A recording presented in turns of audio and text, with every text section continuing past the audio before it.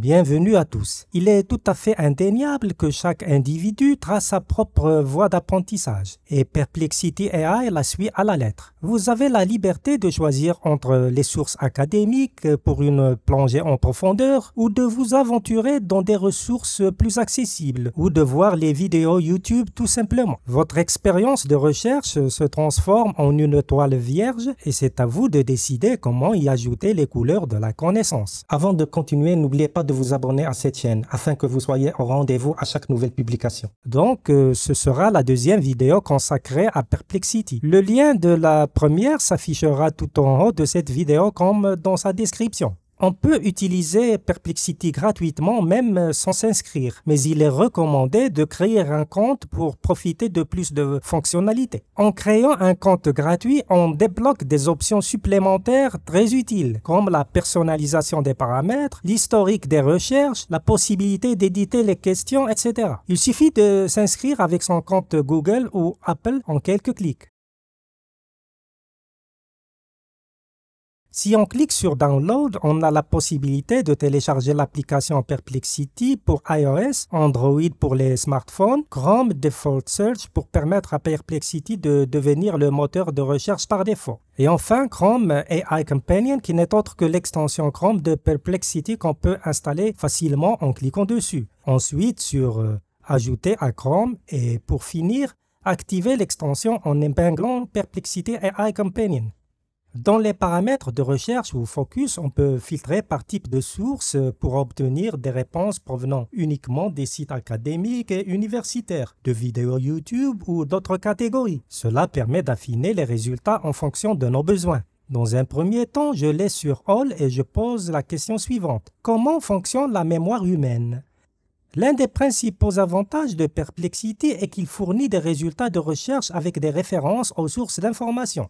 Les réponses ne sont pas juste du texte généré par l'IA. Elles contiennent des sections numérotées qui renvoient à des sources externes d'où proviennent les informations. On peut vérifier ces sources en cliquant sur les numéros. C'est très pratique pour valider la crédibilité des réponses. Si on veut afficher l'intégralité des sources, on clique sur View Sources.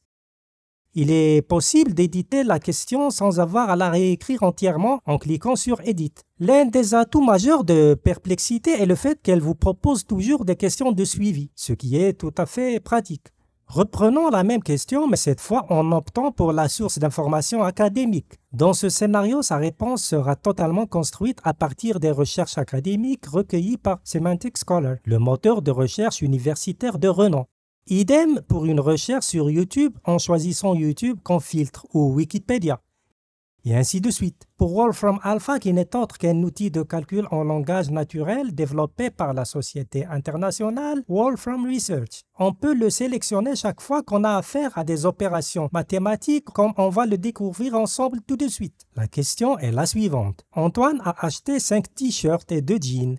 Il a payé 680 €. Thomas a acheté 4 t-shirts, un jean et un blouson qui coûtent 600 €. Il a payé 1060 €. Quel est le prix d'un t-shirt? Quel est le prix d'un jean? Pour trouver le prix d'un t-shirt et d'un jean, il faut résoudre un système d'équations à deux inconnus, soit x le prix d'un t-shirt et y le prix d'un jean. On a les deux équations suivantes. 5x plus 2y égale 680.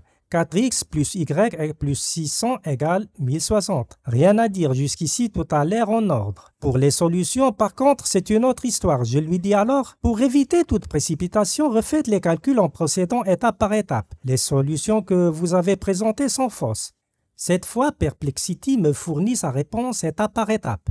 Curieusement, le plus dur, à savoir le raisonnement, est parfait, alors que pour les opérations simples ou rudimentaires de calcul, c'est une autre histoire. Là, je me suis dit pourquoi pas refaire la même requête, mais cette fois en activant le copilote qui est à base de GPT-4.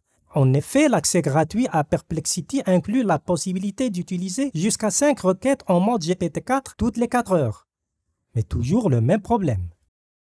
L'une des dernières mises à jour intéressantes de Perplexity, qui est toujours en phase bêta, et la possibilité d'uploader des fichiers texte ou PDF à partir de votre disque dur à condition de ne pas dépasser certaines limites. Vous aurez droit à uploader jusqu'à 3 documents par jour, ne dépassant pas 10 mégas chacun. Je lui transmets un document de 132 pages à propos de l'article 6 des droits de l'homme et je lui demande de présenter les points essentiels de ce même document.